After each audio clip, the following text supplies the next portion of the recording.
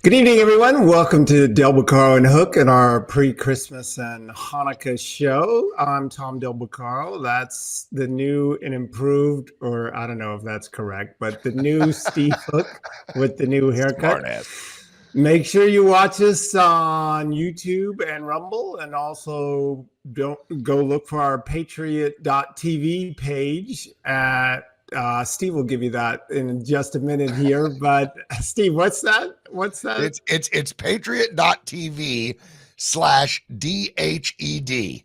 And by the way, Tom, I got a lollipop with this. So, Yeah, that actually makes sense. Did you sit in the chair and they have to strap you in? It was a fireman chair. No, Did you lose 4 pounds with the haircut, or how'd that go? I prefer to think of it as I lost about a decade of gray.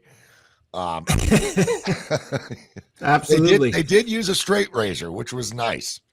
There you go. Okay, so never a dull moment, but we are in a new era. There was an election, but like many years in the past, as you pointed out, they went through this exercise of shutting down the government or not. But this year, of course, there was a new element to it. There was Doja, that's the Italian pronunciation of Doge. And you had Vivek Ramaswamy started it with, going after that 1,500-page largesse. And then, of course, Elon Musk. And what's different now is that you have these two shining a light on all of this stuff, right? But what hasn't changed is that the Republicans stumbled with this, didn't seem to have their act together in being ready for this moment. They should have all communicated, Trump, Musk, and otherwise. What also stayed the same is the Democrats voted against one of the bills, 197-2 against it. But the Republicans were blamed for the bill not passing, right? And the media going after Elon Musk. And they went after him in every regard they could. They called him a billionaire. They called him the shadow president. How ridiculous it is that they don't know how to handle him. And this is going to be an issue for them because I said 20-some years ago, if only Americans knew what they were getting for their government, they would vote against what the government was doing. And that's what we saw this week. That's what we saw in the election. And their attacks on Musk, I think, are eventually going to run dry because as you expose all of this grift and waste and giveaways, which are bankrupting the country, they can't, in the long run, maybe they can do it on this particular moment for a short period of time.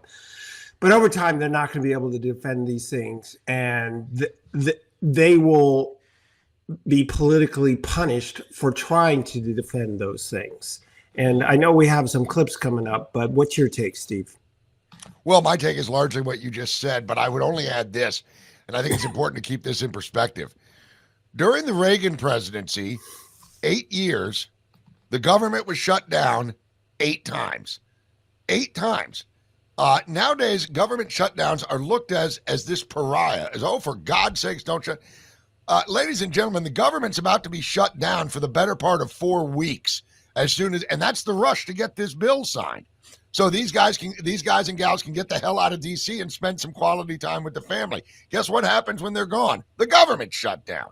So this is not the threat that they want it to be. And I think their big fear, Tom, is that they finally got a commander-in-chief and a president coming in and some very strong allies with him in the form of Vivek Ramaswamy and, of course, Elon, that are saying they're all reading from the same hymnal. And it basically is, screw it, shut it down.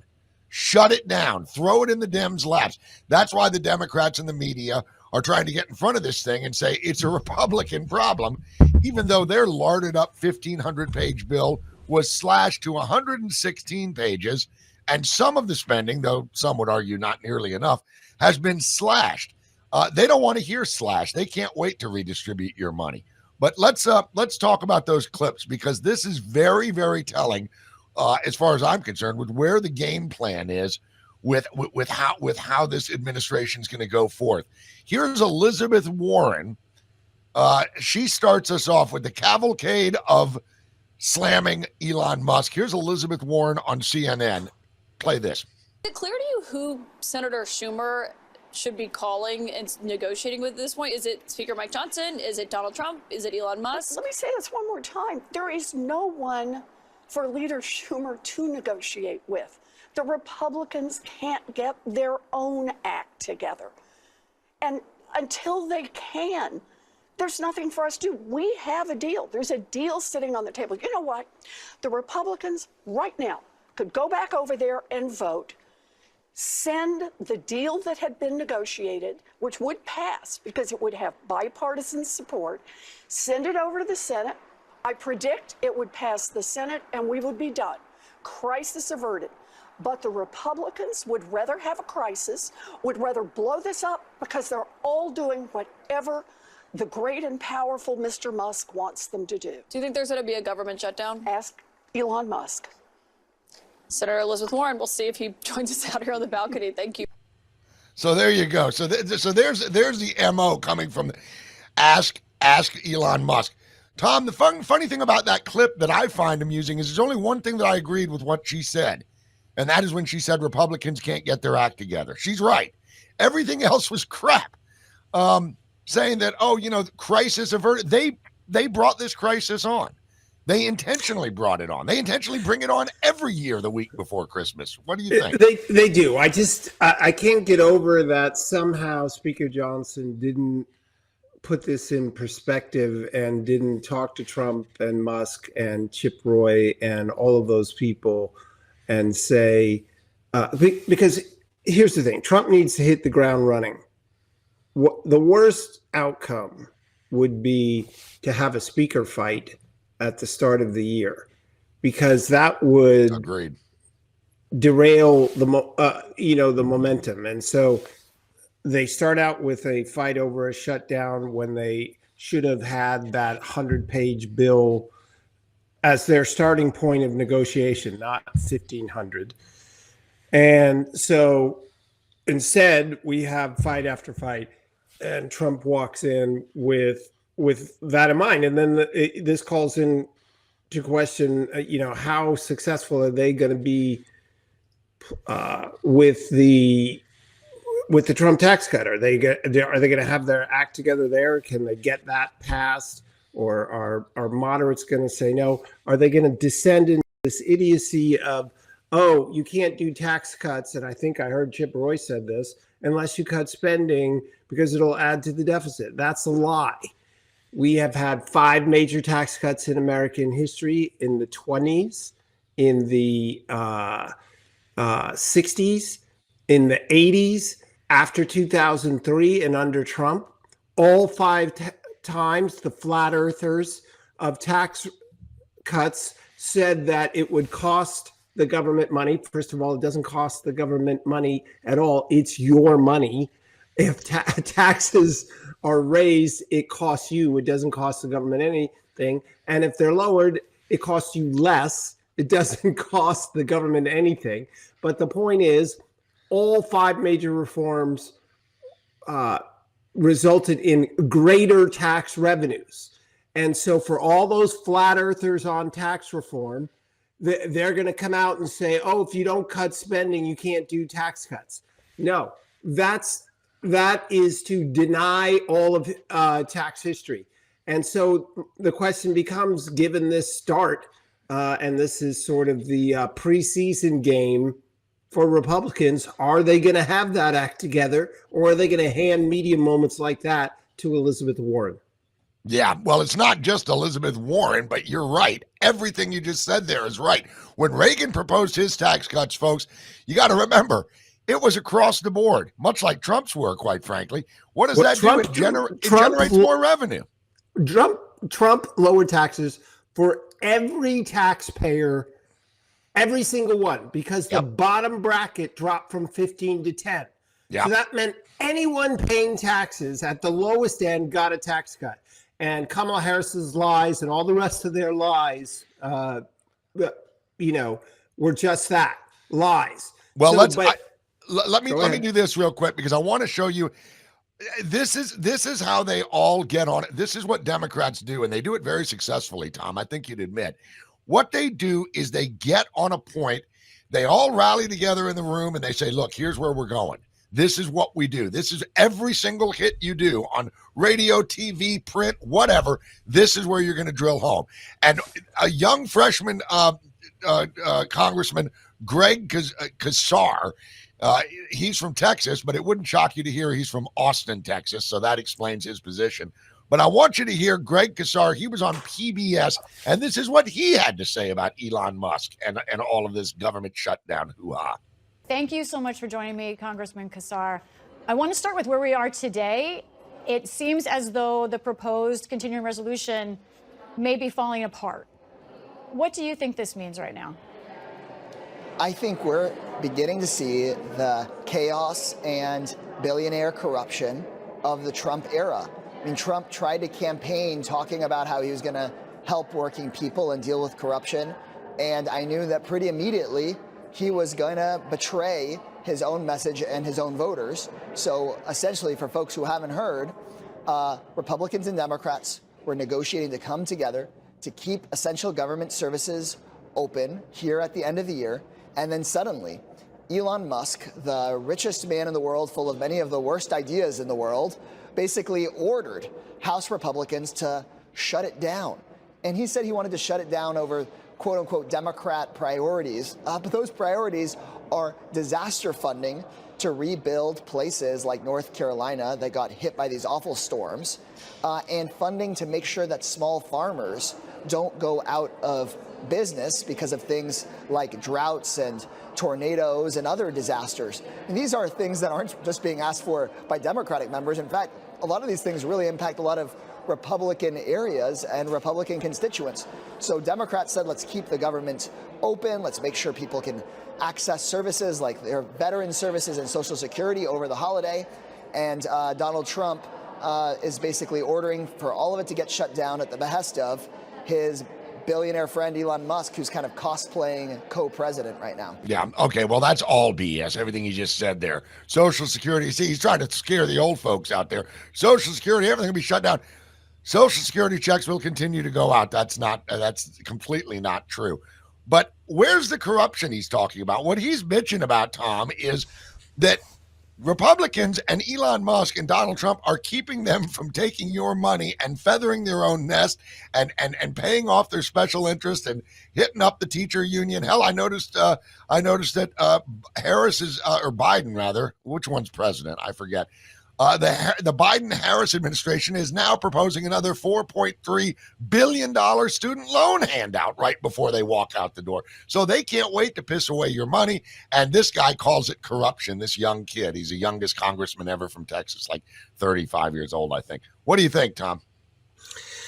Well, you're right. The Democrats are like a school of fish when they get a talking point. They just dive in a different direction immediately, and they're all saying it. Trump is betraying his voters. Well, what's the betrayal? Because Trump said that government spending was causing inflation, and therefore you can't. You got to cut spending, or you're going to continue to hurt people. So he's not betraying them at all. Oh, by the way, Tom, I don't want to interrupt you, but I just want to add this real quick, kind of, to underscore your point. One thing that this guy said was, we want to help out the victims in North Carolina. We want to help out the small farmers. In the slimmed down, leaner 115-page bill that they threw together at the last minute, it still had that spending in it. So Republicans are not trying to cut any of that. It's the other. Yeah, and the Democrats voted 197-2 against that particular version. Look, this is more of the same Democrat lies. We're nowhere. That hasn't changed at all. The question is this new dynamic of Elon Musk shining a light on everything, and I think sooner or later it works against the Democrats' favor, because there are, what was in that bill, $3 billion for a new stadium in Washington D.C., I believe, stuff like that, all kinds of junk. So they can they can do these talking points on CNN and MSNBC with their smaller number of viewers, right? Because that's where they are these days. But I think it'll wear thin. I just question whether Speaker Johnson's going to get through this. If they have a speaker fight, not good news. Not good news. And, Senator Mike Lee was on Fox News the other day, and I heard him talking, and he brought up exactly the point you're making, saying that he doesn't think that Johnson does survive this. And a lot of people are pointing to the 4 architects of the original 1,500-page bill, and guess what? Speaker Johnson was among them. And so was Mitch McConnell, and so was Chuck Schumer, and so was, Jeffries. So those 4 cooked this thing up apparently back in May. They dump it in Congress's lap as they're all itching to get out the door. And they say, you don't have time to read it. Just vote on it like we've always done. And I think that you're right, Tom. I think that Musk and Vivek Ramaswamy and Trump's new attitude is basically like, we're flipping the changing tables over at the temple. We're not playing by the old rules anymore. And as you rightly point out, the media does not have the pull they used to. They hated when Musk bought Twitter, and now he's going to Twitterfy the federal government, and they are mortified of that. Yeah, anyway, absolutely. Yeah, it's strange stuff. And we're, of course, going to be keeping our eye on that. Listen, you're watching Del Beccaro and Hook, and we, of course, would always encourage you to check us out on YouTube and, of course, Rumble. Like those pages. Hell, like it on Rumble, like it on YouTube. And don't forget about our Patriot page, patriot.tv/DHED. We'll be right back with more Del Beccaro and Hook after this.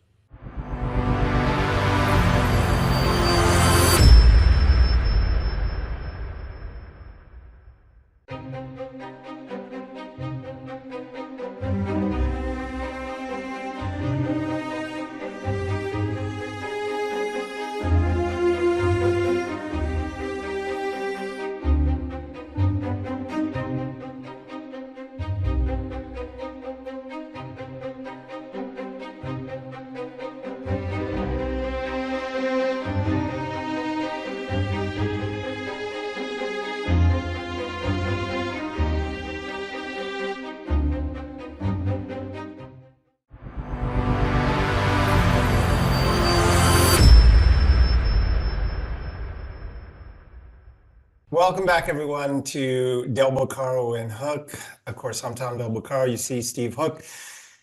This is a part of the show where we get to interview an interesting guest, and I'm particularly pleased today for our guest, Trevor Loudon. Trevor and I have known each other for a good period of time. There's 2 aspects of Trevor that I particularly appreciate. Of course, he is from New Zealand. He's a prolific author. He is and commentates here lives here now in the United States and the like. But the 2 things I like about Trevor that he brings to the table, which there's not enough of. One, he's particularly fearless. He has strong beliefs, and he's completely unafraid to talk about them. The other aspect that I particularly enjoy about his perspective, and I'm not saying I agree with everything he says, because no one could know how much Trevor says because he's so prolific. But what I particularly enjoy about it is, of course, that he is from New Zealand. He's not from the United States. He's lived closer to China. He sees the world from someone who didn't grow up in the United States, and he doesn't have that insular feeling that everything's always been great in the world. He brings that perspective to us today and in general. So Trevor, thanks so much for joining us. Of course, your books related to how the America is particularly susceptible to the influence of socialism and communism. As you know, in my book, the latest book, The Lessons of the American Civilization, my chapter 10 is called America, Capitalism, and Socialism.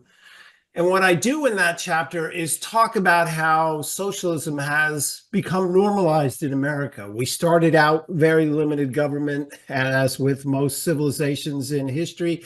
Government has grown. We've become more dependent on government. And today's generation younger generation seem to think that socialism is a normal thing, if not a better thing than capitalism. And I know you strongly disagree with that and have been warning Americans about that. So welcome to the show. So glad you could be on today. Always, thanks so much, Tom, for having me, and thanks, Stephen. It's great to be back. It's great to be on. Yeah, so you warned about this with regard to this upcoming election and Harris and the influences on her. The ludicrous nature of having their VP pick, right? Who spent half his adult life abroad in China. Where do you see this today? How do you see this playing out under a Trump presidency? Well, what you've had is a major setback for the Marxist left. And what I write about is that, the Soviets, then the Chinese, have been interfering inside American politics and culture for a century now. And with the Chinese, especially since the 1980s, they've pretty much taken over the Democratic Party. They've taken over the major unions in the country, and it started out in the Bay Area, as you well know. This is the Feinsteins, this is the Swalwells. This goes back to the International Longshore Workers Union and Stanford University, etc. The Chinese Progressive Association in San Francisco, Rosepac, all these names I'm sure you're very familiar with.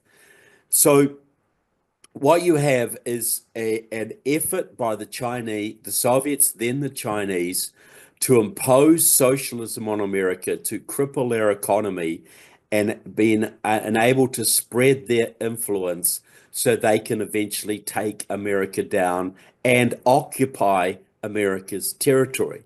They want the Lebensraum. They want to occupy America with their people. This is not about out-competing us or becoming economic top dog. This is about destroying the current American population and bringing hundreds of millions of their people onto American soil to take over. So we got to look at things that makes, when you look at it in that perspective, you can see the sense of the border invasion. You can see the sense of they're sowing division through Black Lives Matter, through control of the Democratic Party, through bringing their businesses onto American soil. Even the transgender movement, which is funded by a Chinese billionaire. All of these things make sense if you look at the long-term goal is to destroy their major opposition and occupy this territory. Then it makes sense. Yeah, so Trevor, some people might get alarmed by what you're saying. I hope they do.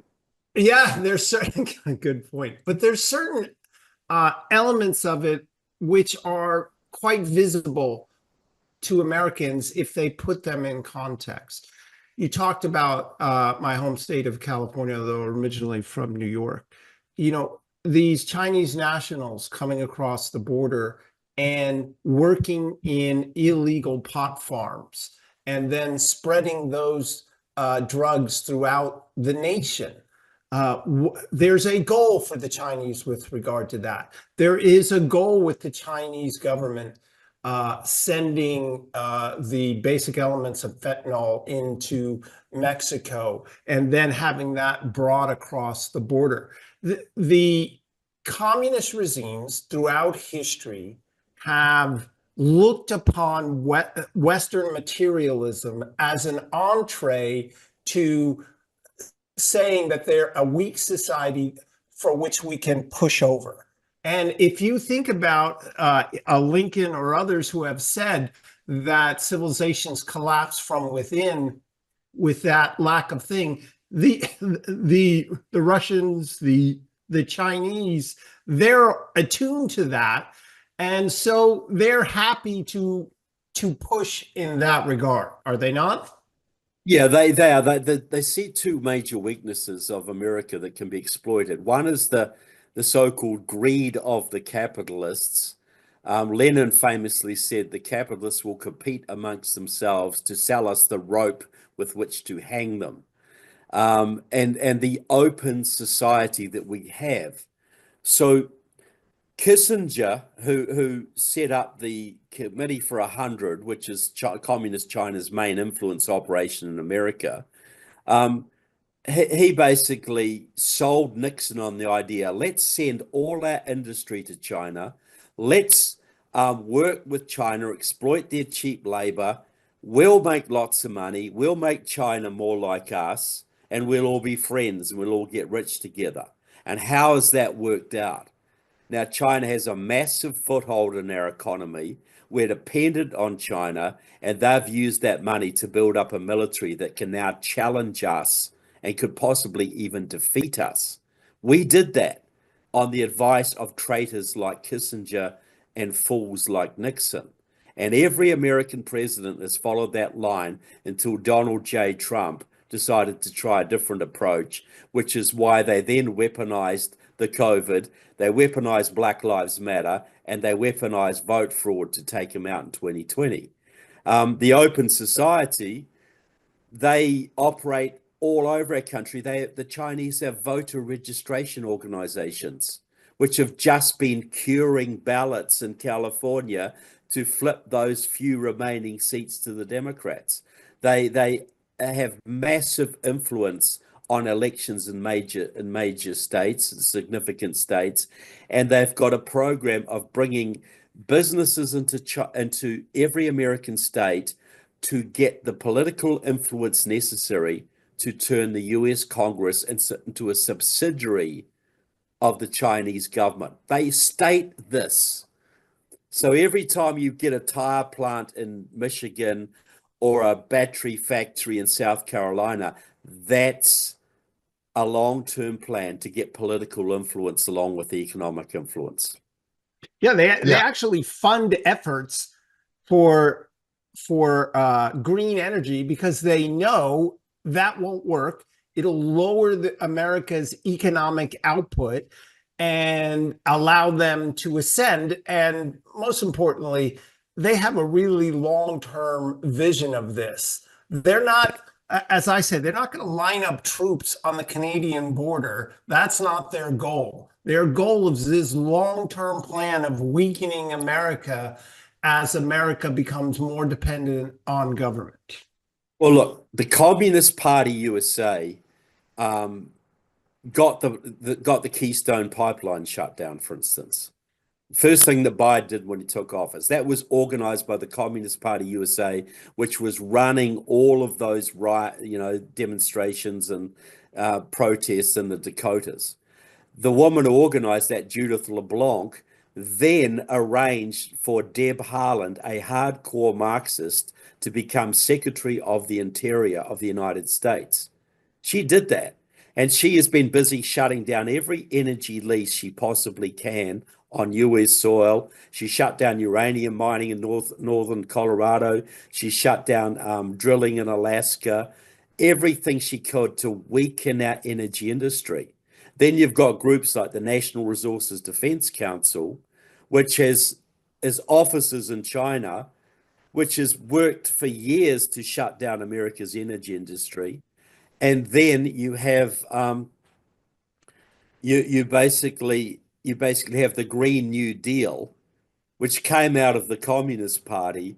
The whole purpose of the Green New Deal is to switch America onto renewable energy, to destroy the fossil fuel industry. And the goal of that is to wreck the US economy so we can't afford a US military budget.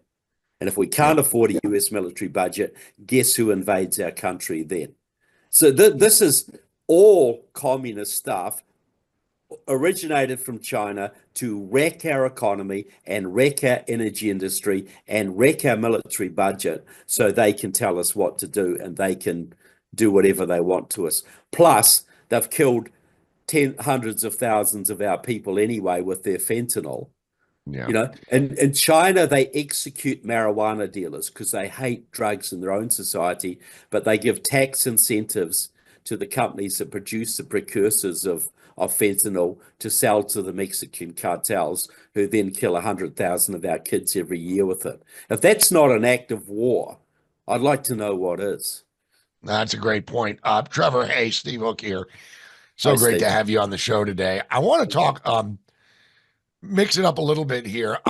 We talked about the Chinese influence and the malinfluence in the United States, and you're right. I mean, this goes to almost every lever of the social zeitgeist. The hard left controls media, the hard left controls academia, the hard left controls the entertainment business. To a larger extent, the hard left is trying to weasel into the professional sports. All of this, which is to kind of re-engineer the civil society. Now, Trump has upset that apple cart. And I take a look down south to a country like Argentina. You've got Milei down there, who is a staunch anti-communist, and he's not afraid to say it. He calls them out, and he proudly says that he's the Argentinian Trump. So did you ever think you'd live to see the day, Trevor, where the anti-communist fight is coming from Latin America, South and Central America? That's got to be, I mean, given the days of Daniel Ortega and whatnot, this is a strange bedfellows with Trump and Milei down there. Well, it is. And I think it's a very exciting time because we're on a cusp. Now, if Kamala Harris had won, we'd be on the road to communism right now. If Trump won, and he has the opportunity to do what Milei did, but on steroids. Let Elon Musk and Vivek absolutely take a wrecking ball to the federal government. Open up, drill, baby, drill, deregulate. We can do amazing things here that will push the communist revolution back 150 years. We have to out Milei. And that will encourage similar things all over the world. We're on we're on the cusp.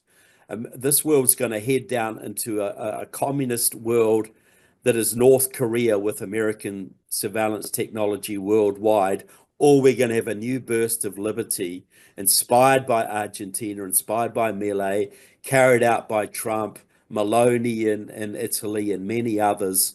We can have a whole turnaround here if we follow through on this. That's why it's so critical that we all get involved in this revolution, because if the Democrats take back the House in 2026, which they're absolutely determined to do, that puts a stop. That puts a major stumbling block on the whole thing. Yeah.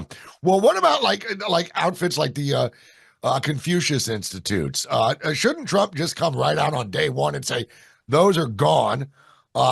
We've obviously seen I guess you'd call it a weather balloon, the way they've been kind of going after TikTok. I think that's probably a very good call. I think TikTok should come under new ownership, specifically American ownership, if they want to do their deal here in the country. What do you think about an outfit like the Confucius Institute? That should be gone on day one, huh? Look, the Confucius Institute should be gone on day one. Look, absolutely. What has to happen is Trump has to do is set up a new intelligence agency. Nobody from CIA, nobody from FBI, people from special forces, sheriff's departments, all about rooting out foreign interference, and dedicated to getting rid of the Chinese, the Russian mob, everything else, the Iranians that are basically running our politics. Then declare a 3-month amnesty. All traitors, all foreign agents. You got 3 months to leave the country if you're a foreigner, or come forward to the new agency and spill your guts. Tell everything you know, who paid you, who you paid, what you stole, what you influenced, which senators you were paying off.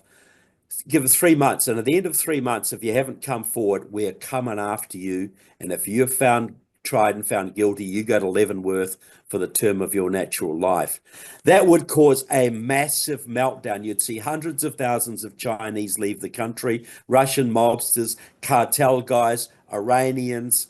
They would all leave the country, and then you'd have thousands of American traitors coming forward, and they would get amnesty from prosecution if they were honest, and then you would prosecute the few hundred that were recalcitrants who wouldn't come forward, and you would have the massive clean out of the Chinese, Iranian, Russian influence in this country. That's the way to go forward. Treat it like an organized crime problem. Treat it like you would the mafia or how Giuliani took down the 5 families of New York, for instance. Yeah. Yeah. Well, The what do you think about Confucius, that's low-hanging fruit. They should be gone on day one. yeah. What do you now? You just mentioned something. You just said, well, all of these people that are getting money and doing like bring forth the names of the dirty congressmen and senators. We just had administration that let a spy balloon fly from the Bering Strait, traverse the entire continental United States, and not shoot it down until it was 11 miles off the South Carolina coast. That tells me that China, probably Beijing, was on the phone saying, "Don't touch it." Because we've got a dossier on you about 10 inches thick, and we want, I mean, maybe that makes me a conspiracy theorist, but you know what? I saw the balloon float across the country too. I mean, how corrupt was the Biden administration with regards to The payoffs? Biden administration completely works for China. Biden has worked for China. Look, in 2001, Biden offered his services, this is on the BBC, offered his services to the Chinese government to negotiate trade deals with America. Not to America to negotiate with China, to China to negotiate with America. He's worked for China since 2001. Your Secretary of Labor under Biden, Julie Su, is a pro-Chinese Maoist. Your Secretary of the Interior is another pro-Chinese Maoist, Deb Haaland. Yeah, the Biden administration works for China. It's not as influenced by China. It works for China. Biden just pardoned a Chinese spy and a Chinese pedophile. You know, Yeah, true. How is it? How is that? I mean, did the American media really take notice of that? On what possible grounds on earth is it that a pedophile could get to get his pardoned? And well, the clearly world not that notice it? pedophile was connected. And see, the trouble with the media, most of the mainstream media is struggling for revenue. And where they get their revenue is Chinese advertising. The Washington Post is kept afloat by Chinese advertising. They put Chinese supplements in the Washington Post. That's the same as many other major outlets. And then you get all these little trips that journalists are invited on to go to China on a regular basis, hundreds and hundreds of them, but they will only ever write favorable stories to China thereafter. We've got a whole fourth estate that works for China as well. Otherwise, this corruption couldn't be allowed to continue. So, if you recall, I think it was Gorbachev and Kasparov as well talked about that the Cold War ending with Russia wasn't about missiles per se, but Reagan's reinvigoration of the American economy, and Russia couldn't keep up.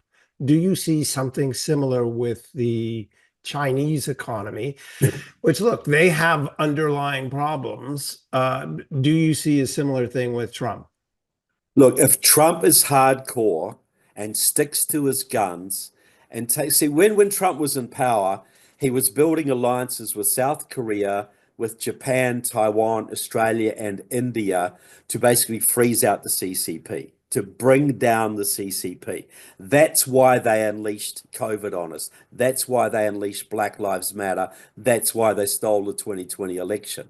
Look, Trump can go down in history as the man who ended the CCP, who liberated China, who ended mullahs in Iran. You know, look, it won't be just the CCP. If the CCP goes down, so do the mullahs, so does Rocket Boy, so do the communist dictatorships in Latin America.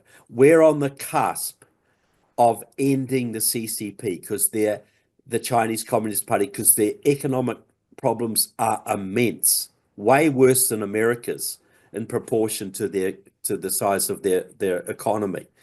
If Trump sticks to his guns and freezes out the CCP, puts tariffs on them, stops the political support, builds alliances around the Pacific to freeze them out, the CCP will be gone. They were almost gone in the white paper protests a couple of years ago. The Iranian mullahs could have been tipped out 3 or 4 times. But it always happened when the Democrats were in power, and the Democrats did nothing. Yeah, and not that they would ever be. Yeah, that's their sugar daddy. They're not going to mess with him. Of They're not going to course, mess the with the mullahs Democrats because they're are connected. Let me ask you Yeah. this, Trevor. How much of a knife twist was it that Trump would invite President Xi Jinping to the inauguration? I thought that's one of the funniest damn things ever. I'm like, here's a guy that is about to bury this guy, and he says, "Come on over." What do you think about that? I thought that was Trump's sense of humor at play, and Trump's strategic sense. He is going to bury the guy, but he'll do it with a smile on his face.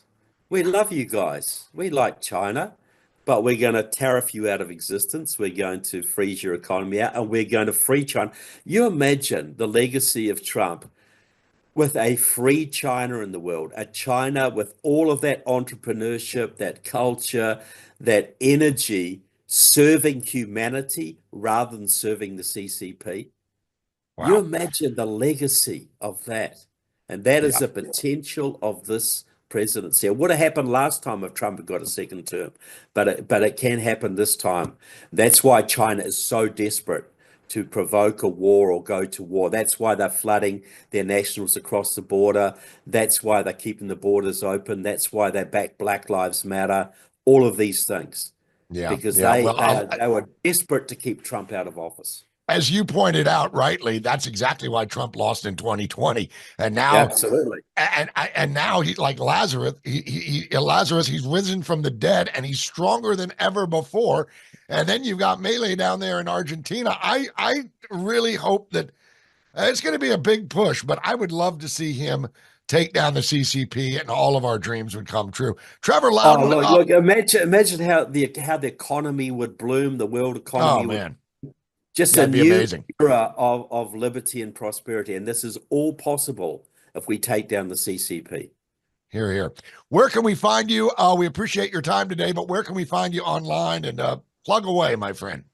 Yeah, trevorloudon.com. All my books are there. Got a great new one on Anthony Albanese, the Australian Prime Minister, and Stealth, Kamala Harris's communist roots. All about, not just about Kamala, it's about the whole Chinese network through the Democratic Party, the whole Chinese network. So it's still very relevant. So trevorloudon.com.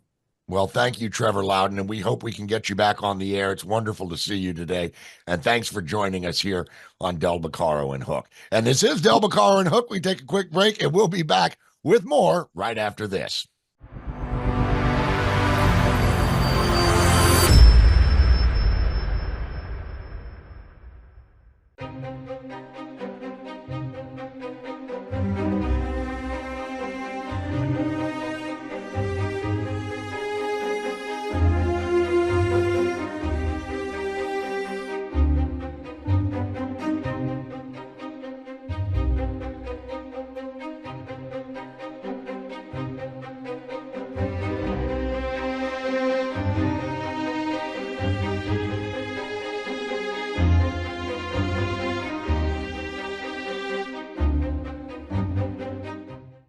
The Donor Deck represents a groundbreaking independent crowdfunding initiative driven by patriots like you to bring back our esteemed President Donald J. Trump to office. With unwavering passion, we pledge all profits from the sale to MAGA Inc. and Fight Like a Flynn PAC.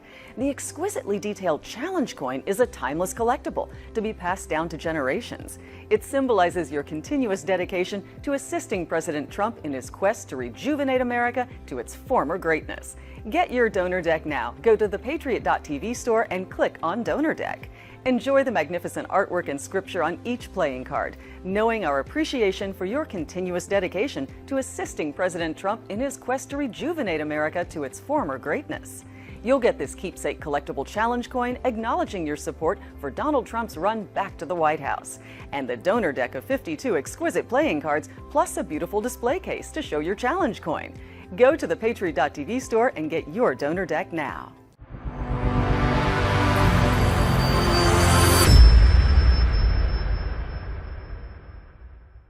All right, welcome back to Del Beccaro and Hook. And of course, we're here every single Sunday. We invite you to join us on Rumble and YouTube. We keep pressing that because we want you to press the like button. And of course, the share button always helps. And don't forget our Patriot landing page, patriot.tv/DHED.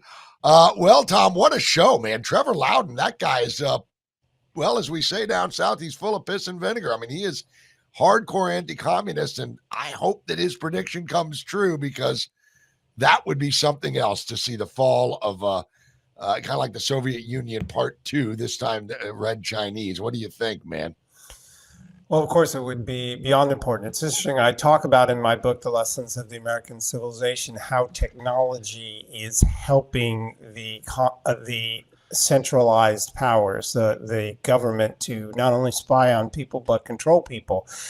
And of course, it's helping China as well. But I also talk about in the book, in the last chapter, what the possibility of renewal of individual freedom. So Trevor mentioned those themes as well. We'll have to see. I think it's more likely in the short run that Iran is the one that could well fall, because as soon as Trump gets back in and hits with all those sanctions and perhaps more, Iran's teetering. Russia ran out of money. It may be that Russia does a deal with Ukraine because Russia needs to do that, because it's also in economic and monetary trouble, especially after Trump reignites the LNG sales to Europe, and Russia has even less money. They abandon Syria, which is going to wind up harming Iran. And if Iran drops, I've said for years now that Iran's the most dangerous country on earth, because it has certain abilities and is by far the most radical and ideological, and wants to do things immediately, as opposed to China has a longer time frame. So we'll have to see. Yeah, and no doubt about that. In Iran, one thing Iran is not, especially the mullahs, they are not pragmatic. They live by their dogma, and it's really bizarre. And we've had our buddy Ryan Morrow on the program, and he's talked about some of that, their belief system. And by the way, it should be mentioned that that's not the Iranian people. I mean, we pound that point over and over again. The Iranian people are way more pro-Western than you might believe, but the mullahs have got that iron fist. I agree with you, Tom. I think that once Trump gets into office, he could put them right back at the brink of bankruptcy. And, with any luck, the Iranian domino is the first of several to fall. And who knows how this is going to take off, because if they fall, then you've got their proxies, whether it's the Houthis in Yemen, whether it's Hamas, whether it's Hezbollah, and a myriad others, they start to fall. And then this kind of changes the dynamic. So we'll see. But CCP, buddy, that's going to be a tough one. That's going to be the big target. But I think Iran is the one that we need to sweat first. Yeah. So well, you already see that they're having trouble with the decimation of Hezbollah and Hamas and the fact that they haven't rushed in to give them money to revive is a one marker that shows that Iran is the troubles that Iran is having. So before we run out of time, I'm not sure how much time we have left. We do want to let our viewers know that we will be on next week for our year-end program. We're going to discuss the winners and the losers of 2024, but not just the obvious ones. Obviously, Kamala Harris lost big time. Obviously, president-to-be again, Trump won big time. But we're going to go a little deeper than that. So please, for sure, tune in next week for our winners and our losers. We'll also have a guest on, John Tantillo, the doctor of marketing, that'll talk about the brands of the party, because at the end of the year, these parties are facing a new reality, and we want to talk about which party is more poised going forward, and what the current brand is, because marketing is everything. But as we do sort of get prepared for that, Steve, we got to talk about, at least in my mind, how America is better off where we are right now than at the start of the year. Because at the start of this year, the major media was still full of what do you call that from the South? And right now, they're not. And I think that's a big deal. I think that's a huge deal. And I think it's one that we'll definitely be diving into, talking about winners and losers. You can put on the loser side of that margin, you can put just about every major corporate media entity on the planet. So, yeah, I think it's a very big deal. And I also think, Tom, that, and we don't want to get too deep into this because then we'll blow away the topic for next week. But I would just say that there has been a paradigm shift here. And I think that Trevor touched on it when he said it's almost a good thing that Trump lost in 2020 because it reinvigorated not just Trump, but the entire movement that Trump had built up. And I think that's going to, how that shakes out is going to tell us we're going to be doing the winners and losers of 2024 next week. But when we talk about the winners and losers of 2025, that'll be interesting because this whole new Trump term may shake everything up. It's going to be very fascinating to watch. And of course, we'll keep you posted here on Beccaro and Hook. So follow us and do all that.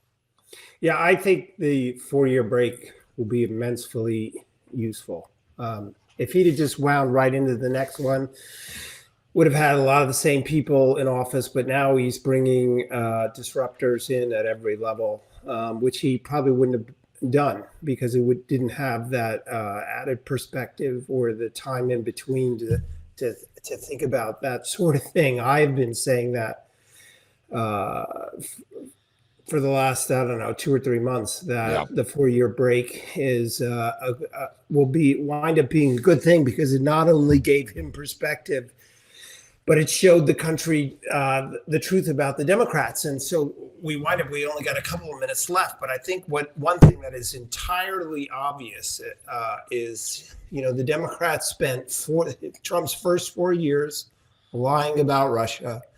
And now we see they've spent 4 years lying about Joe Biden's mental acuity. Yeah, that was a huge story that's breaking here recently, and we didn't really touch on it much, but that'll maybe make the losers list next week on the program because that kind of underscores the point. The media, and it wasn't just the staffers that were BSing about Biden. It was the media. These people didn't not know. I mean, the White House. Joe Scarborough said this is the best version. The best version of Joe Biden ever. He runs circles around him. He can't even stumble in a circle. What does that tell you about Scarborough, that Joe Biden runs circles around him? Maybe he does. Maybe he does. But if he does, that says more about Joe Scarborough than it does about any of us. Anyway, Tom, well, listen, you're looking very festive. We hope everybody has a very, very Merry Christmas and a Happy New Year. Any big plans for you, Tom? And a happy Hanukkah as well, especially in a year where our Jewish friends were mistreated on so many levels. Right. I am, as you well know, a recent newlywed, so I'm a big winner in 2024, and I'll be with her family on Christmas. Oh, good. Excuse me. Yeah, well, that'll be fun, Tom. And we're just doing the family thing, low-key affair here, but looking forward to a bright, prosperous new year. God, it's got to be more prosperous in the last couple of weeks on Wall Street. It's really taken a dive, but we'll see how it plays out. Anyway, Tom, any more closing words as you look so festive? You look like you're about to go outside and cut down a sequoia tree. That would be illegal in California, but thank you for saying that. All right, folks. Well, that's going to do it for us. We'll see you next week with a great new show with Beccaro and Hook, Enlightened Dissent. Again, Rumble, YouTube. Don't forget Patriot.tv. Until next time, goodbye.